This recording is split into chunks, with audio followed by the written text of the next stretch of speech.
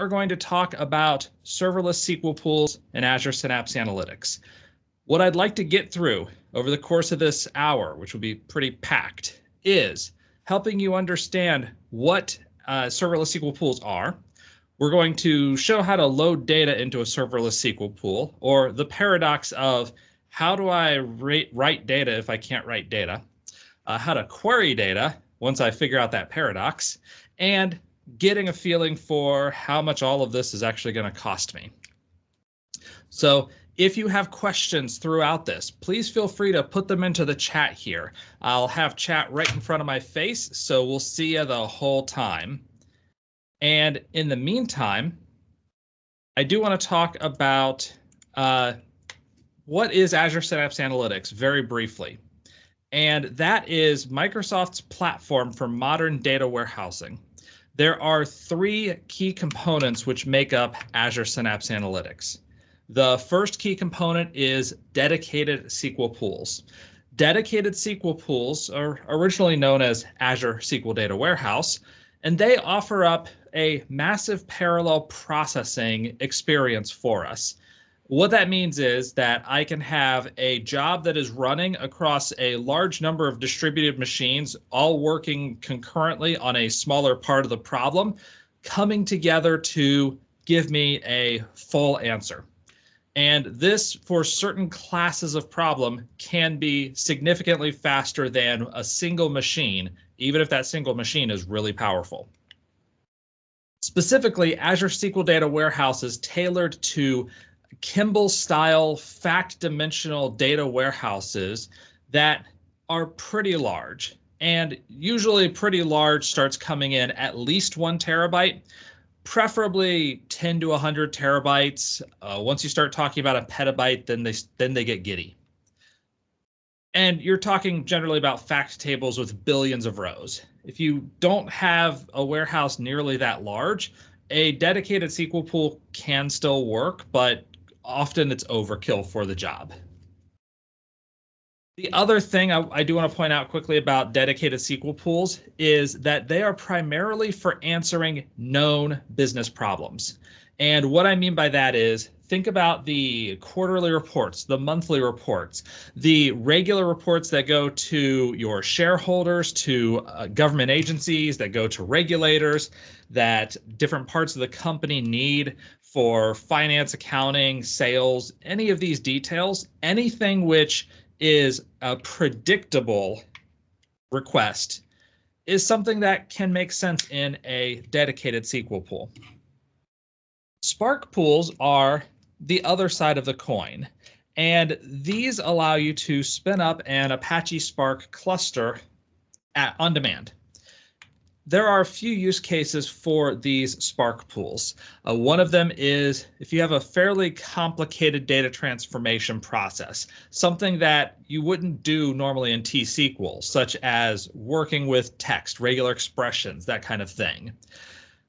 If you're doing machine learning operations, there are distributed machine learning algorithms that are available through Spark, such as the SparkML machine learning library.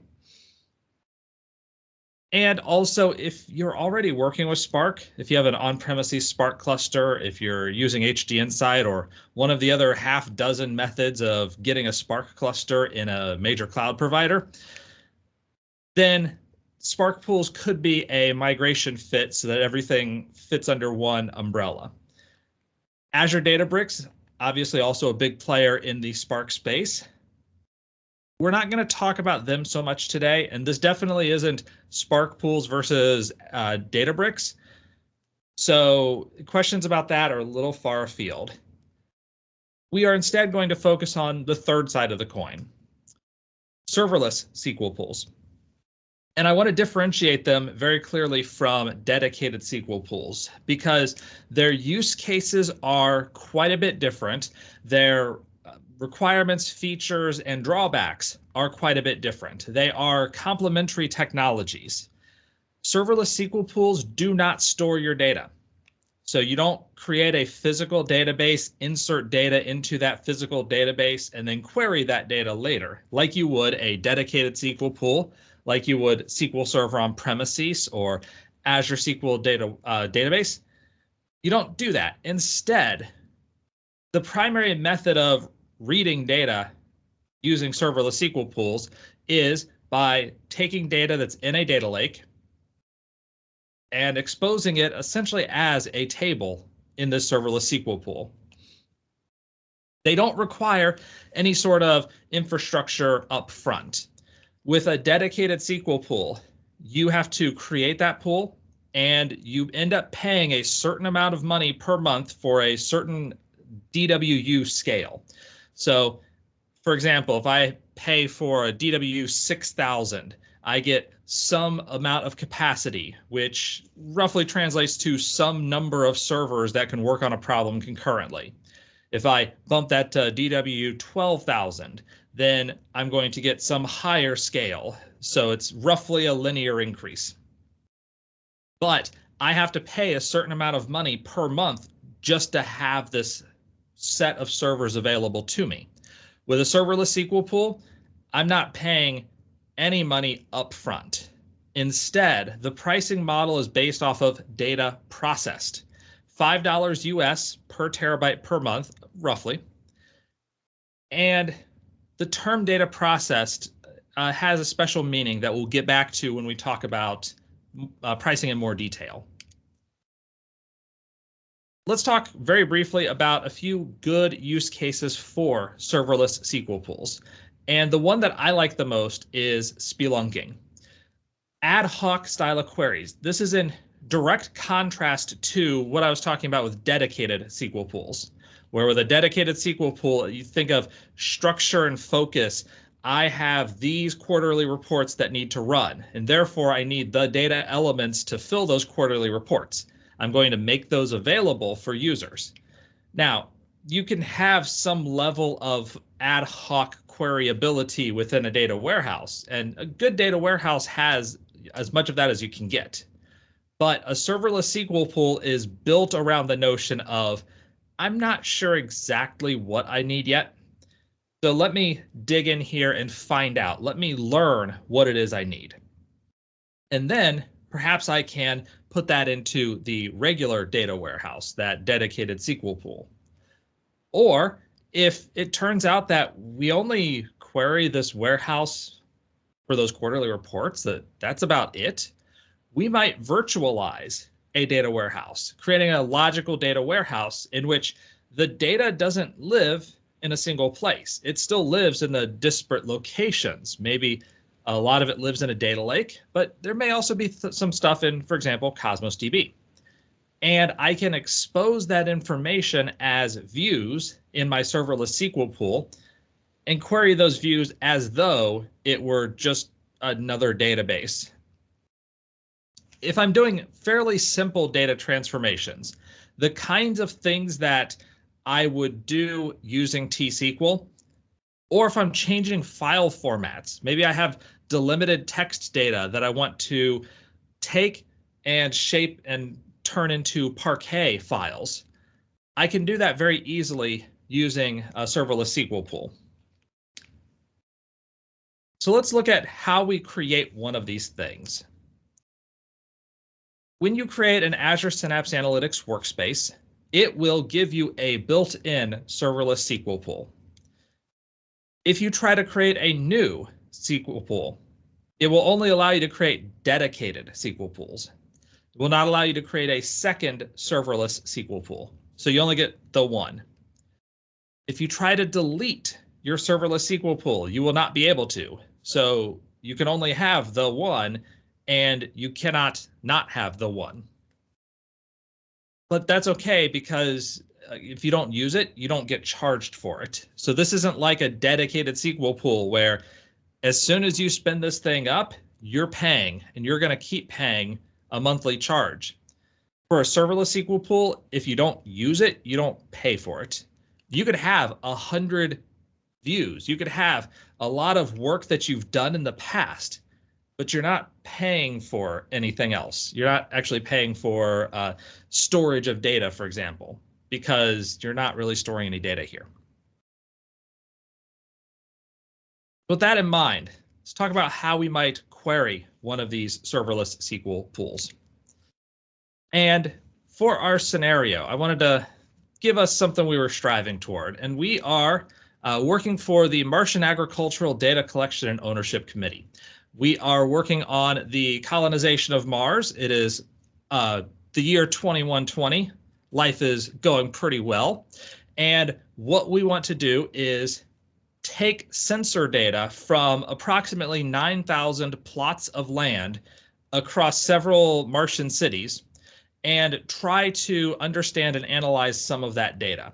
Make it available for our data scientists to begin to understand, for example, what types of crop patterns work best on this soil and in different cities.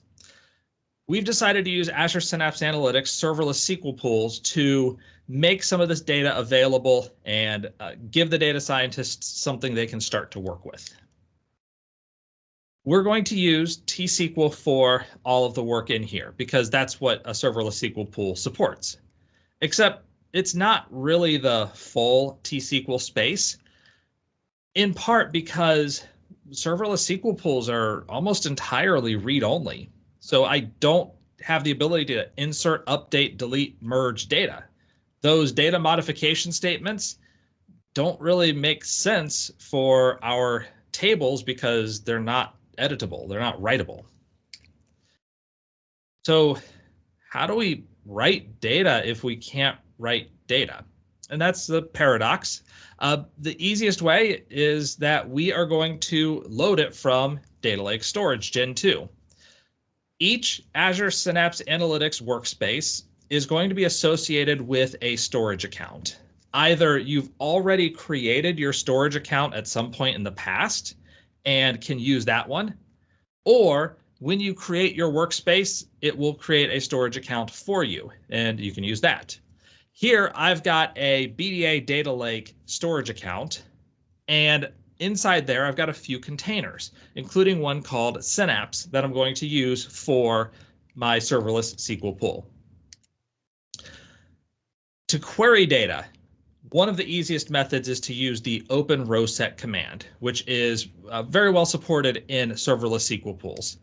Essentially, we have this open row set function, and open row set takes in a few commands. Like, for example, this is a bulk load of a single text file, errability score _1.txt, inside my data lake in a folder called Mars farming _raw and a subfolder called errability score. This is a format CSV. Technically, it's not a CSV, it's semicolon delimited, which is why we have a field terminator of semicolon, but they don't use the term delimited text for their formatter here. When we read the file, it's going to be in a particular shape. So we have to define the structure of this file or of the files that we select and define column names and data types.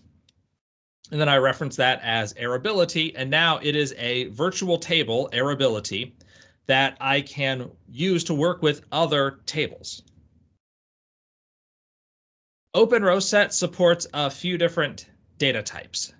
I just walked you through CSV very briefly. We can also use Parquet, JSON, and a Delta Lake format. So Parquet is a columnar storage format. Just in case you're not familiar with it, CSV or delimited text is row store. You store all of the attributes about an element on a row, and each row indicates a new thing, a new element. By contrast, column store data, think of it as storing all of the data for a column together. Then you have the data for the next column, you have the data for the next column. And this gives you two benefits. Benefit number one is that data compresses much better on a column basis than it does on a row basis. We see this in SQL Server, where if you think about row level or page level compression on regular B-tree indexes versus clustered column store indexes, you can see an amazing difference in performance for certain data types when you use clustered column store indexes, using the same principle. The other advantage is that if I only need to get a few columns from a wider file. With a Parquet file, I can just grab those columns. I don't have to, like I would with a delimited file, read the whole row, break it out into constituent attributes, and then collect the attributes that I need. Delta Lake, a little bit special here. This is a file structure, file concept that is part of the Linux Foundation. Databricks came up with this notion and made it available to the general community through the Linux Foundation. There are some nice bits of functionality here, including transactional style of ACID support. So I can serialize my transactions. And although I wouldn't treat a Delta Lake like a relational database, like an OLTP style database, the idea that I can write things as transactions and take advantage of ACID properties is quite appealing. The ability to look back in time using what they call time travel, or what we in the SQL Server community would think of with temporal tables, is also quite helpful. I may want to query this data to see what it looked like as of a certain point in time. And I can do that pretty well with Delta Lake. Otherwise, we would historically use techniques like slowly changing dimensions to help understand how the dimensional data has shaped over time. But we don't necessarily have quite as great a feel for what happens when facts change, and we need to know those changes on the facts.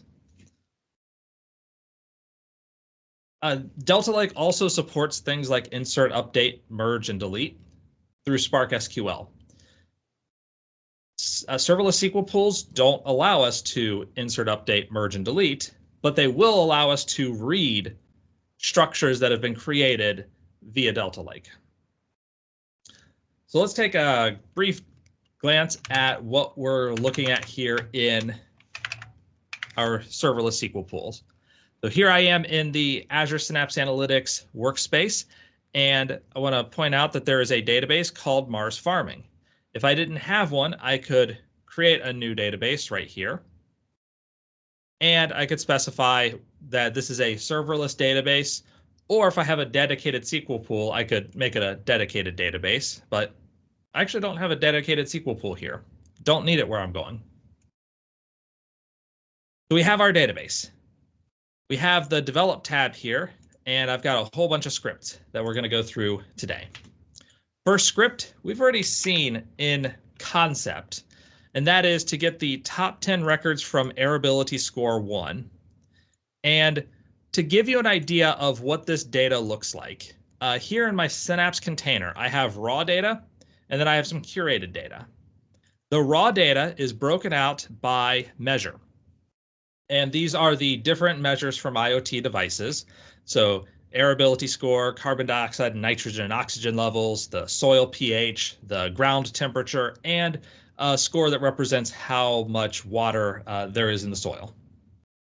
So we go to Errorability score, and inside here we have one record or one file per plot of land. There are roughly 9,000 plots of land across 6 cities in this data set. And each plot of land will send a message every roughly 10 minutes. And that message will indicate what is the errorability score at this point in time based on what the IoT device has registered. So we have roughly 5 years worth of data in this file, and that file is about 7 megabytes per record.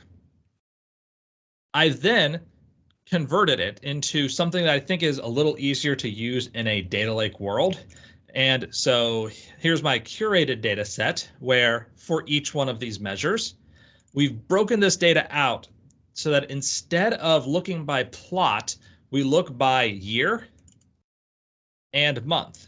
And within a year and a month, I have Parquet files that represent the data for all of the plots in that month.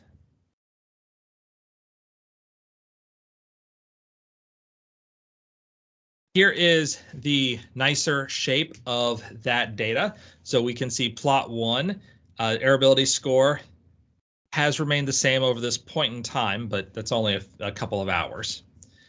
I could read this further. This is only the top 10 rows, but I could obviously read quite a few more. Let's suppose that I want to see within arability score 1 just how many years there are and what those years are. So I can say distinct year from reading this file, and it's going to come back and tell me that there are 5 years in this data set. If I go to messages, I'm going to get something that I'd like to, again, kind of prime you for. Total size of data scanned, 7 megabytes. Data moved, 1 megabyte. Data written, 0 megabytes. Just kind of keep that in mind. We know that the file size is 6.7 megs, and we'll get back to where this is important with finances. Next thing I want to ask, going now to the curated data, breaking it down by year, what was the largest arability score? What is the most fertile value? And specifically in the year 2117. So within my bulk load operation, I have the arability score folder, and inside there I have my year. And instead of specifying a month, I'll say star, all months, and star for all Parquet files. Turns out the max score is 1.03 units of arability score, whatever those units look like. Loading JSON data is a little bit different than what you might normally be accustomed to. So let's first take a look at the data itself. Here is outcome.json. There are only 2 values in outcomes, and they represent successful harvest or crop failure. But what I want to point out is this right here is a valid JSON element. It has attributes with quotation marks, attributes.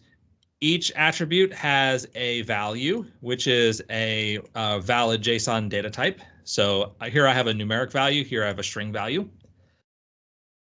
But normally we would see this in an array. So we would have square brackets, and within the square brackets, we have the curly braces and a comma after each one of these. So you'd basically have a comma separated set of elements. However, Azure Synapse Analytics Serverless SQL Pools does not want valid JSON. It actually wants this hybrid style of JSON where I don't have commas at the end. I don't have square brackets. I just have the elements, one element per row. And understanding the reason why is actually pretty straightforward once you look at the open row set operation for it. For this, we're still bulk loading. This time we're going to bulk load outcome.json. Our formatter is still the CSV formatter, but to tell it that we're loading JSON data, we specify a field terminator and a field quote of 0x0b. And that's a special trigger for the delimited file parser that says, just read this as a JSON, or read this as JSON data. Really what it is read the whole thing as a single line, which we'll call doc for a document. And within that doc, give me the JSON values, outcome ID and outcome name. So if I run this, I also included doc at the end just to show you that this is essentially taking a single row and converting that into a JSON document. So whereas we might look at it and think of, I want an array of JSON elements, what we're really giving it is a CSV of JSON elements.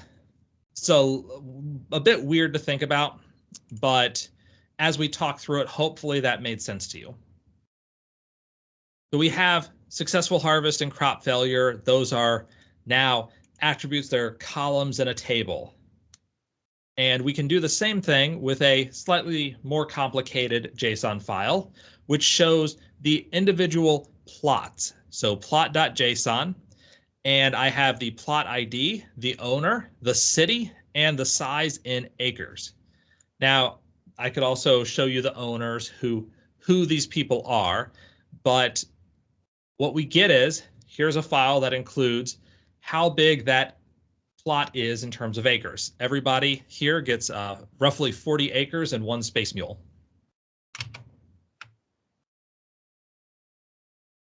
That was open row set. The other technique that we can use for reading data is Polybase. And Azure Synapse Analytics extends the form of Polybase that was built into Azure SQL Data Warehouse and is built into Azure Synapse Analytics dedicated SQL pools.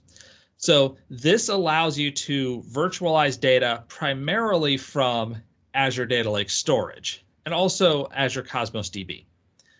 On premises, Polybase allows you to virtualize from a number of different data sources. And if you want to learn more about that, check out csmore.info/on/Polybase. That is an entire talk on SQL Server on premises Polybase that I've done.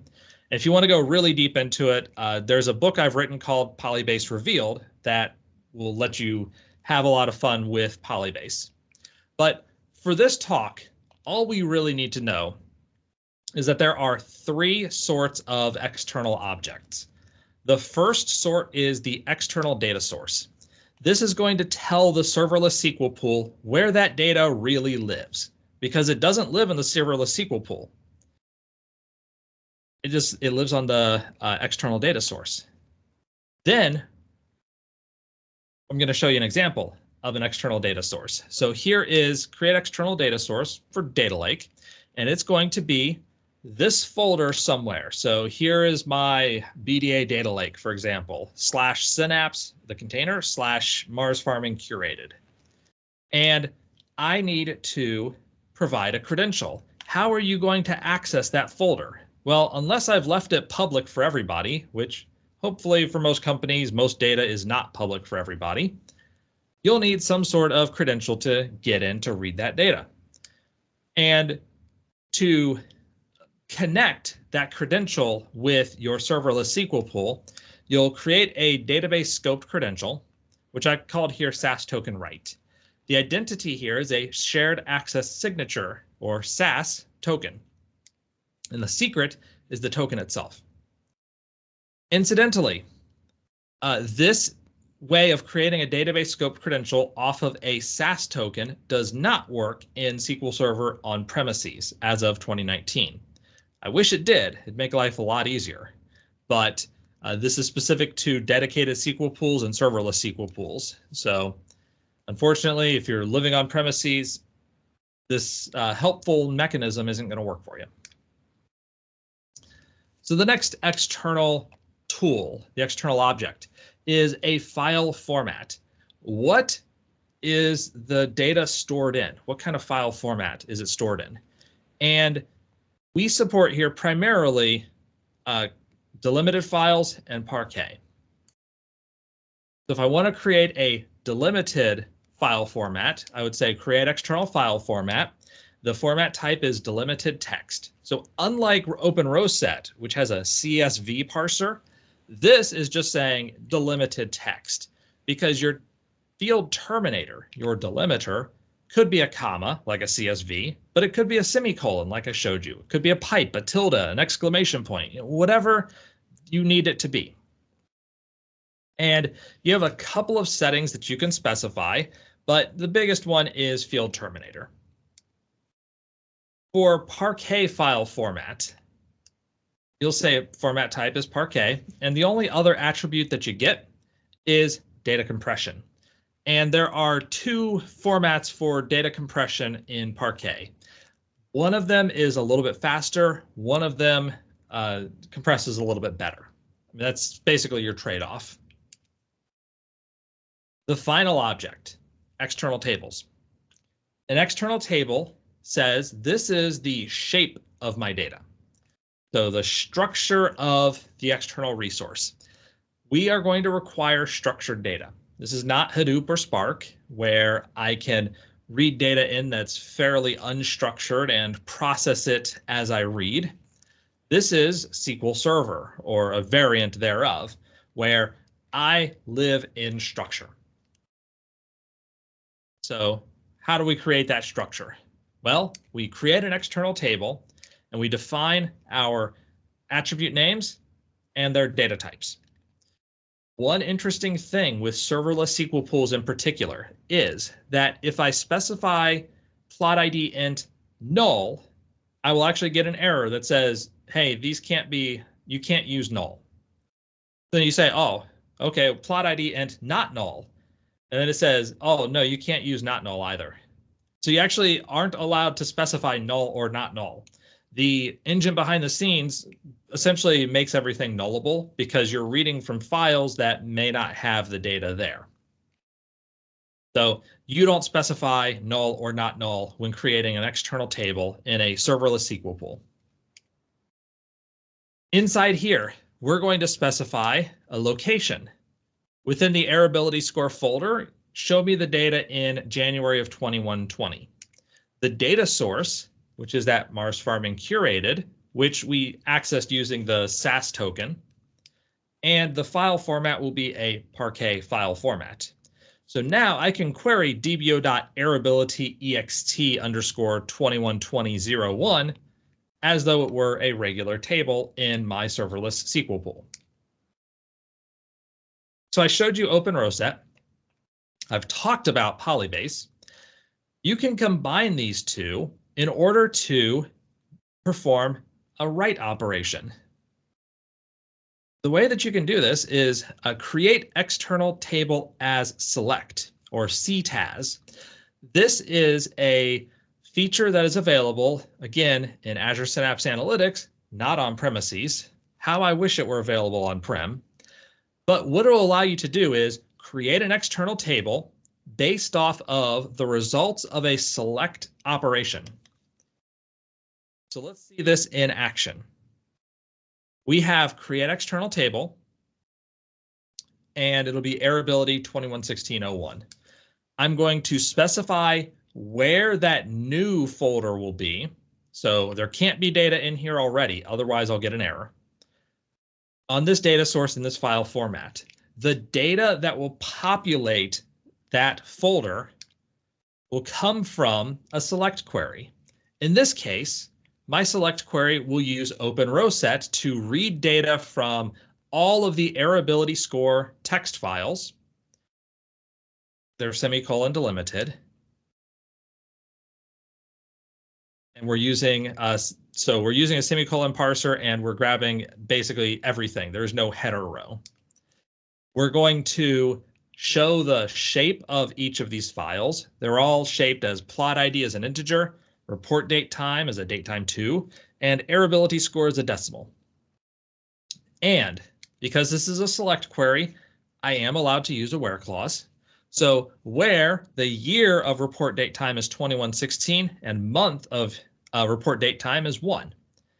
And so the end result of this will be writing to Mars Farming curated errability score 211601, the results, if I come up here, in Parquet file format of reading all of this data. So in other words, this is actually the exact script that I used to write that curated data from my raw text files that I got. So this is how I reshaped and wrote my data. Let's take a quick look at some of that. For Polybase tables, I do want to point out we've created a database master key. That way we can securely store things like credentials. And I've already created a credential for my shared access signature to be able to perform operations. When you create a shared access signature, there are a few commands. You get the ability to define whether or not somebody can create files, create folders, delete files, read files. So read, write, delete, list, that kind of operation. In this case, I've granted the ability to list, to read, to write. My external data source will point to this BDA data lake with my credential that I've created, and I'm going to use the Parquet file format. If I wish to create a Polybase external table, I'm going to first check to see if it exists. If it doesn't exist, create it. The location will be this errorability score 212001, and we're going to get plot ID, report date, and errorability score using the Parquet file format. That's done. I can query it briefly and get back the top 10 rows from there. Although I said brief, there we go. And here are my top 10 rows. So I have some plot, some dates and times, and it has an errorability score. I can also specify down to plot ID 4462 and show me everything within that month for 4462. And I can scroll down here and see how the score changes. So it went from 0.82 to 0.81 over the course of the month. If I go down to the very bottom, we can see 11:50 p.m. on January 31st of 2120.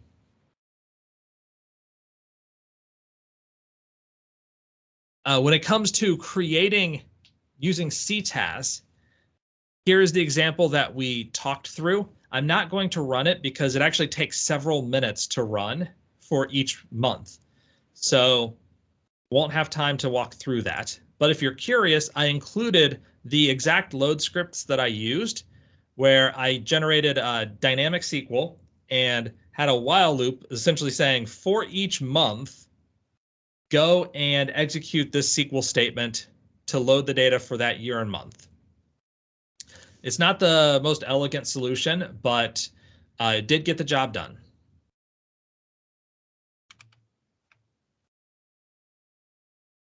Let's now talk about spelunking. So serverless SQL pools, as I mentioned, are really good for this ad hoc style of data exploration because I don't have a lot of baggage involved. When we're working from an existing data warehouse, I mean, everybody here who's worked with data warehouses in the past, we know that the business user says, gee, I'd really like to get this data in the warehouse. 2 to 3 months later, we're finally able to get it in there because we have to source it. We have to make sure data is correct. We've got to figure out where it fits in the conformed dimensions and facts. We're going to have to change ETL processes. We have to write tests. We have to do all of our testing. We have to get it onto the sprint.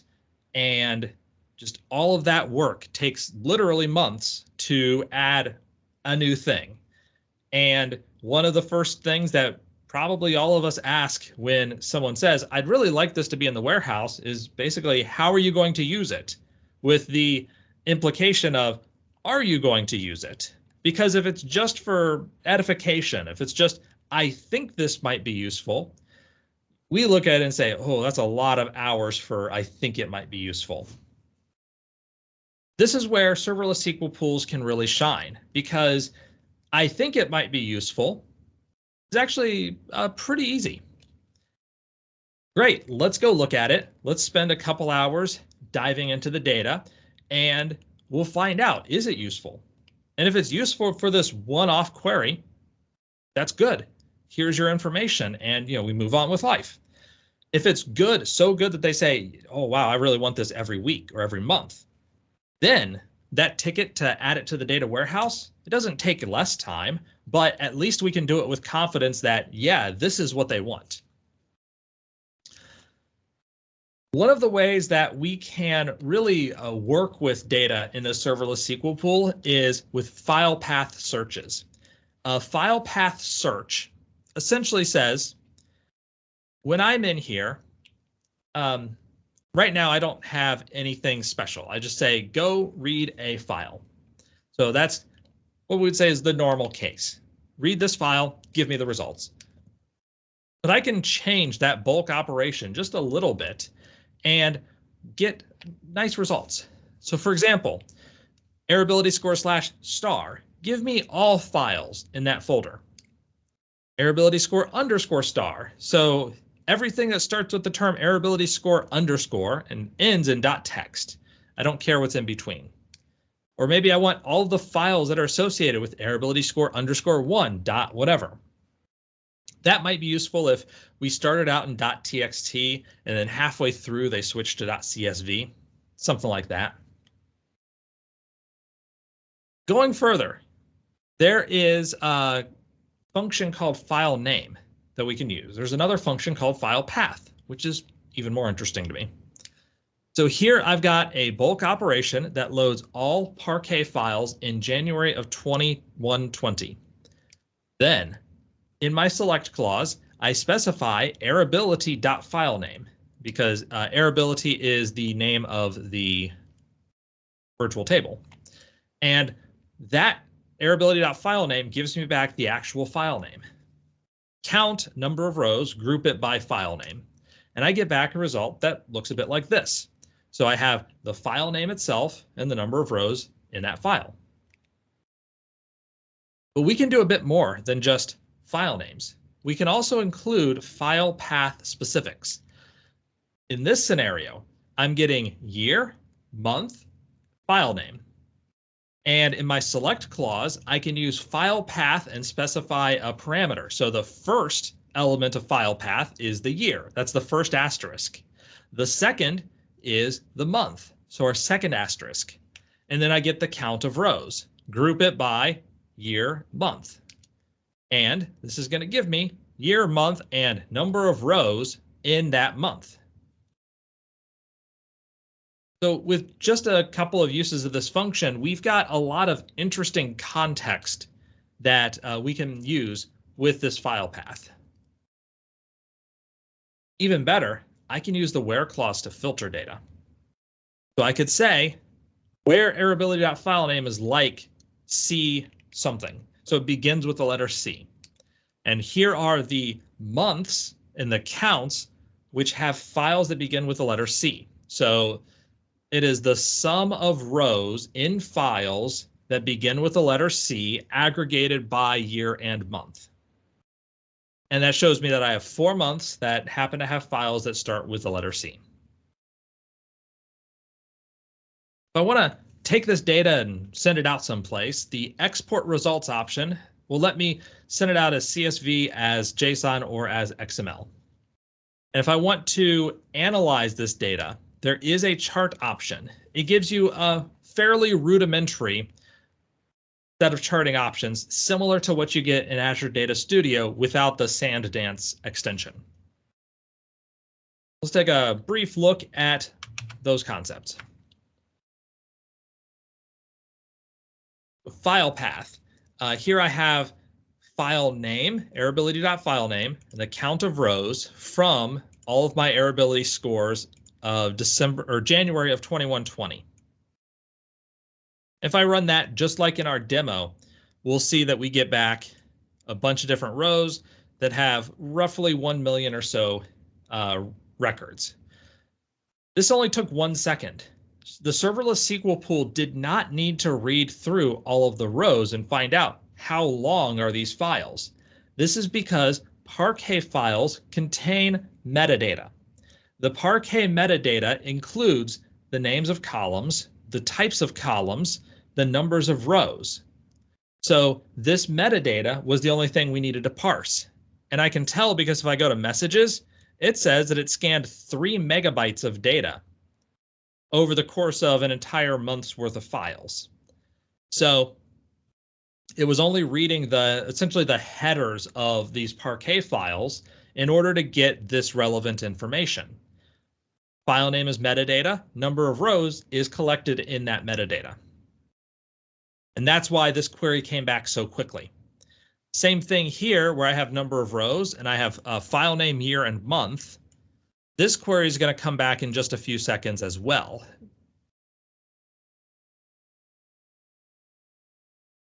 There we go. Took about 5 seconds for all of that, and we have a fair number of results. So I can scroll through here and we see that there are actually a lot of results. If I group instead by year and month,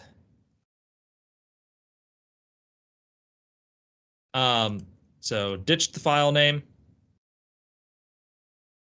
Then I'm going to get a much smaller data set, and it'll take just a little bit less time because I won't have to process as much information.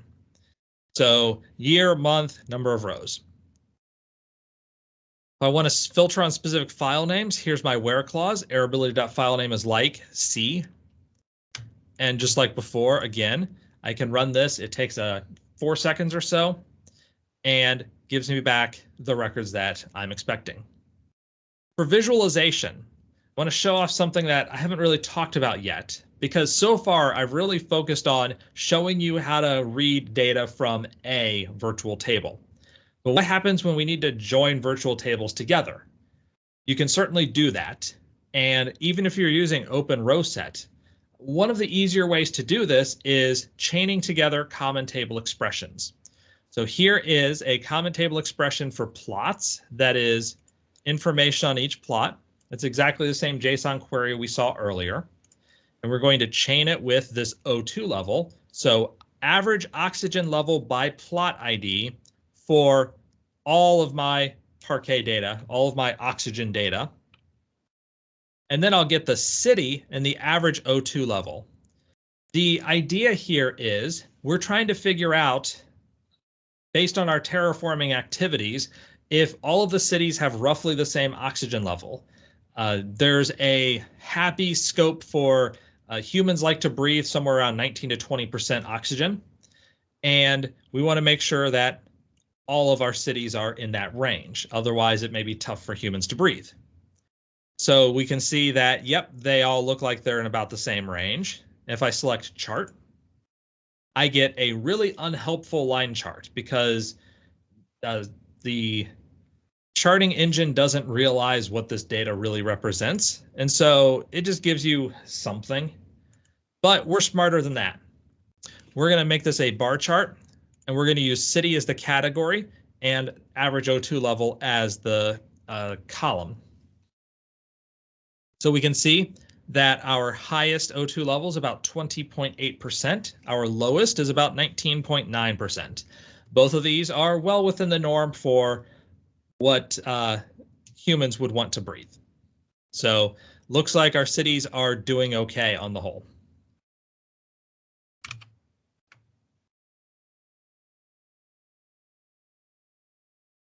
So now what I would like to do is talk about building a logical data warehouse.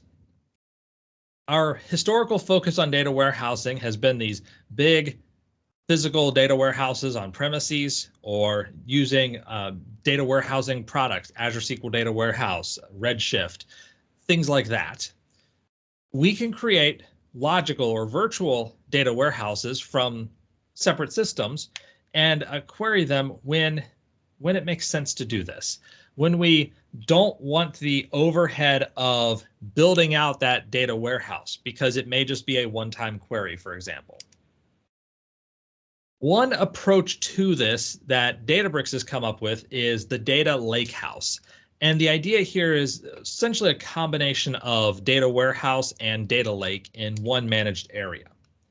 So what we generally do today is that we'll have our data lake that has all kinds of really helpful data. It could be structured in relational databases. It could be in document databases. We could have Parquet files, delimited files, images, video, audio, a mixture of structured, unstructured, semi-structured data. But generally what we'll do with it is use ELT or ETL to build out happy little databases for our end users, and the end users will connect their reporting and BI tools to those happy little databases. And that's a good pattern that works well. The Databricks pattern with the lakehouse is, well, what if we could get rid of the ETL and the databases and essentially say, we're going to query directly from the data lake, which again includes those structured sources. It includes delimited files, Parquet files. It includes images and audio. And for your different uses, you're just going to hit that lake house and get your data back essentially as though it was already in a warehouse. As of today, I don't think this is a viable model for most companies. Data lake houses right now, the concept is interesting, but it's frankly way too slow for us to abandon data warehouses. Give it another 3 years, because there are some really smart people working on this problem, and I think we're going to see some major breakthroughs on this front.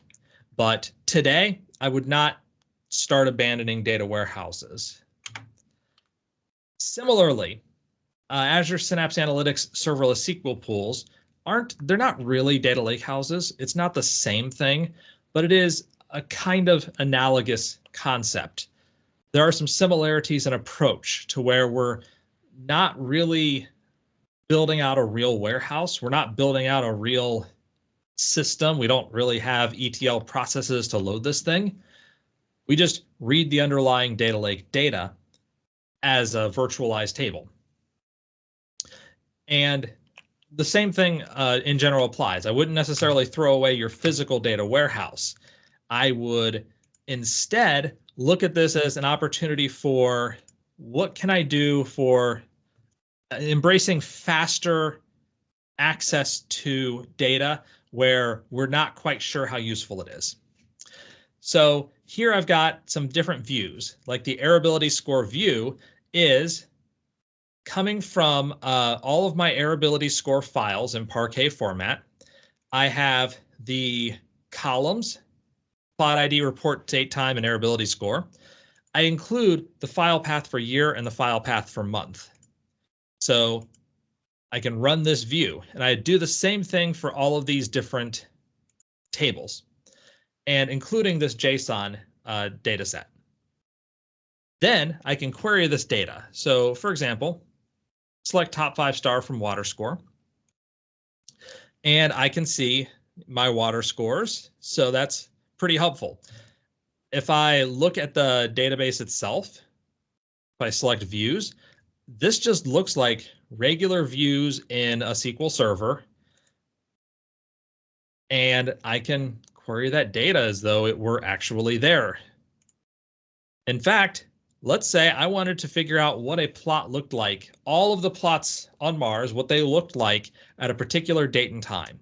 So I've got an inner join of all of these things on the plot ID and the report date and time matching up. And this is going to be 2118, March 15th. And then I've got this little bit right here. So let me run the query, and then we're going to explain that little bit.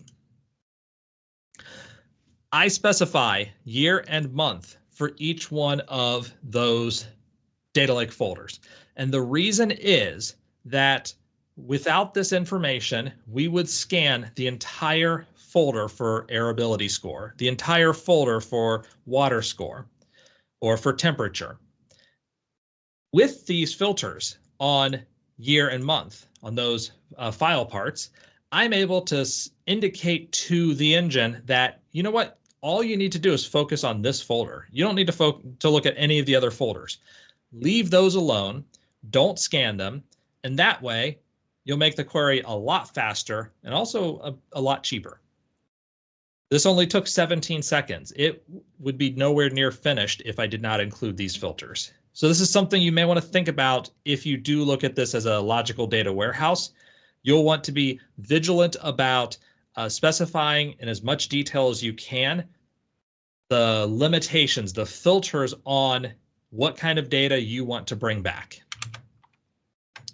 Because we're low on time, I will point out that I've got a section on security that I think is interesting. There are a few different security options available to you. So if you want to get those, I'll give you a link to where you can grab the slides. But I think it's a little bit more interesting to talk about money. Specifically, how much is all of this going to cost me? So I mentioned $5 US per terabyte processed. And I also said we're going to have to hold off on what data processed actually means. Here's where we talk about what data processing means. This includes a few different things. One is if I read data or metadata, that's processed. If I put data into a spool or into a temp table, that's processed. If I write data to storage, that's processing. If I transfer data between nodes to help solve a problem, that's processing. So shuffling data is data processed. And if I write data out as part of this result set, that's processing as well. Each query has a minimum of 10 megabytes processed. If I pull one row back from that 2-row JSON file, I am charged for 10 megabytes of data processing. What this means is you don't want to use serverless SQL pools as a point lookup caching system or a high frequency, high read OLTP system. It's not that type of thing. So how do we save money here? There are a few different techniques that we can use to minimize our spend. The first technique is to use the right format. Parquet will generally be superior to CSV for a couple of reasons. One of them is compression. Parquet compresses data really well. We talked about that with column store indexes. Parquet also includes column metadata, which makes querying easier, especially if you're asking for counts in a file or if you want to specify, how many columns do I have? You can also read in one column without having to read the whole file. So there's a few ways to save money there. But I do want to point out that you can still end up wasting a lot of money, even with compressed data. So let's say I have my data, it compresses down in Parquet format to 1 terabyte. Then I select star from that table and it pulls back the 1 terabyte of compressed data. So 1 terabyte, $5. Then we write it all out on screen. After waiting forever for it to finish, it decompresses to 5 terabytes. So the part that gets written out is actually 5 terabytes wide, as opposed to 1 terabyte. So 1 terabyte to read it, 5 terabytes to process it, 6 terabytes in total, $30 for that query. By contrast, by the way, that query, which probably nobody's ever going to make real use of because who can manage 5 terabytes of data in a single query? Not many people, not many humans, maybe a machine. But by contrast, if you aggregated that data, let's say that we aggregated it down to 100,000 lines, and maybe each line is, I don't know, a kilobyte. Let's say it's 100 bytes, 100,000 lines, 100 bytes. You're talking about practically nothing compared to the 1 terabyte. You're talking about some megabytes versus a terabyte. So your $30 query, because you aggregated it, becomes a $5 query. So you really put a $sign on these queries with a serverless SQL pool. Filtering on file name and file path not only will make queries faster, but can also make them cheaper because if I skip a folder, I don't process any data in that folder. So even if I have a petabyte database, a petabyte data lake, if I only look in a folder that's 10 gigabytes, the most I'm paying for data processing is 10 gigabytes. In the event that you very frequently use the same aggregations, it may make sense to pre-calculate these as part of some sort of job. Then you can read the pre-calculated data and return it. So again, you could turn something that may be terabytes, maybe $10, $20, $30 per query into 10 megabytes, way under a penny. And very briefly, if you're using CSV files, I do want to mention that there is read ahead in a CSV file. So you may have 5 rows that you're getting, but the CSV parser may read 50 rows. You're charged for all of those rows. So on the single query, that doesn't mean very much. That's not very much. But if you're thinking about this over tens of thousands of queries, that can be a little bit extra cost. If you switch that to Parquet format, or if you revise the rows in such a way that you read the entire file on purpose, then you could possibly save some money over time. This is what I would consider more of a micro optimization. Once you've gotten through the really big stuff, then you get into thinking about reshaping your data lake to support optimizing queries in this way. If you want to figure out how much data you've processed, sys.dm external data processed is the DMV for you. And let's check out that right here. And this will give me an idea of how much money have I spent over the course of teaching this. And today, for our demos today, I've processed roughly 1 gigabyte, which is approximately $0. It's not even a penny. I did this same talk a couple days ago where it was a full penny.